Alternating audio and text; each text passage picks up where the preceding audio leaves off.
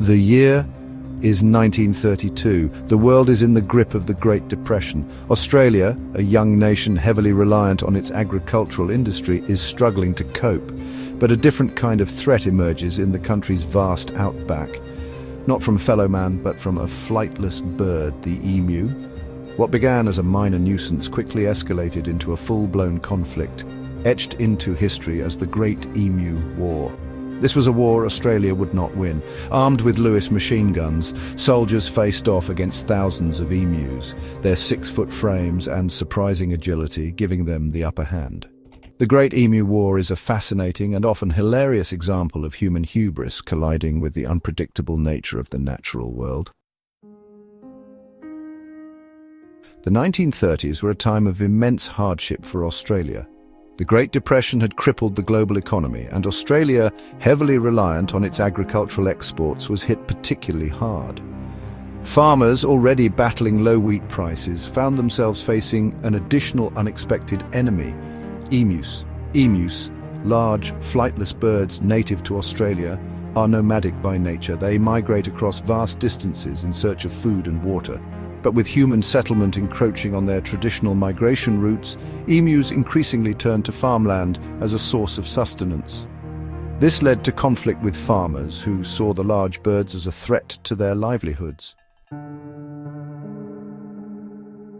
The situation reached a boiling point in Western Australia. An estimated 20,000 emus descended upon the Campion district, drawn by the promise of easy pickings in the form of wheat crops. The emus, with their sharp beaks and powerful legs, wreaked havoc on the fields, devouring crops and damaging fences. Farmers, already struggling to make ends meet, were desperate. They appealed to the government for help, arguing that the emus were destroying their livelihoods. The government, sympathetic to the farmers' plight and eager to demonstrate its support for the struggling agricultural sector, took the unusual step of calling in the military. The decision to deploy the military against the emus might seem extreme, but it was made in the context of the times. The Great Depression had created a sense of desperation and a willingness to consider unorthodox solutions.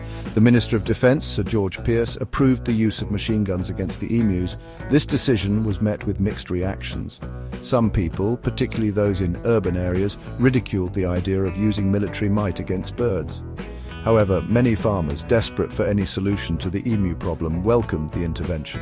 And so, armed with Lewis machine guns and thousands of rounds of ammunition, a detachment of soldiers from the 7th Heavy Battery of the Royal Australian Artillery was dispatched to Western Australia to engage in what would become known as the Great Emu War.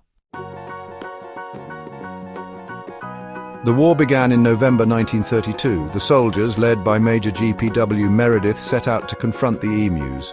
What they lacked in experience fighting avian adversaries, they made up for in enthusiasm. The initial encounters, however, proved to be somewhat farcical. Emus, despite their size, are surprisingly agile and difficult to hit. They scattered at the first sign of danger, their unpredictable movements making them difficult targets for the soldiers' machine guns. The Lewis guns, designed for warfare against human enemies, were ill-suited for the task of combating emus. They frequently jammed, and the terrain, vast, flat and unforgiving, made it challenging to maneuver the heavy weaponry. The emus, meanwhile, seemed unfazed by the military offensive. They adapted quickly to the soldiers' tactics, often dispersing into smaller groups that were harder to target. Newspaper reports from the time painted a picture of frustrated soldiers struggling to keep up with their feathered foes.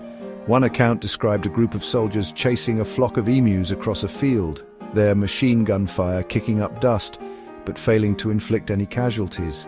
Another told of an emu that had seemingly developed a taste for machine gun fire, repeatedly charging at the soldiers' positions despite being fired upon. After several weeks of skirmishes, the military called off its offensive. The war ended not with a bang, but with a whimper. The soldiers, defeated and demoralized, returned to their barracks.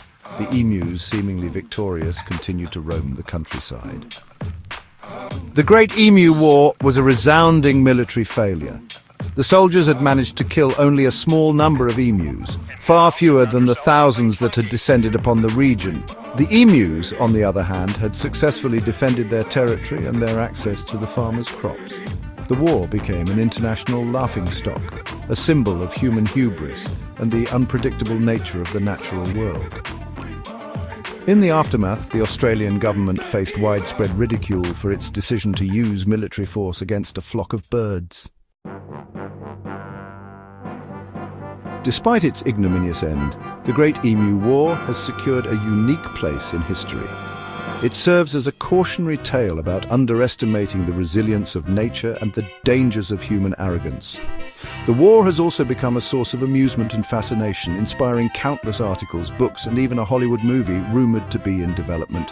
In Australia, the Great Emu War has taken on almost mythical status. It is often recounted in pubs and around campfires, a humorous anecdote that speaks to the country's dry wit and its unique relationship with its natural environment.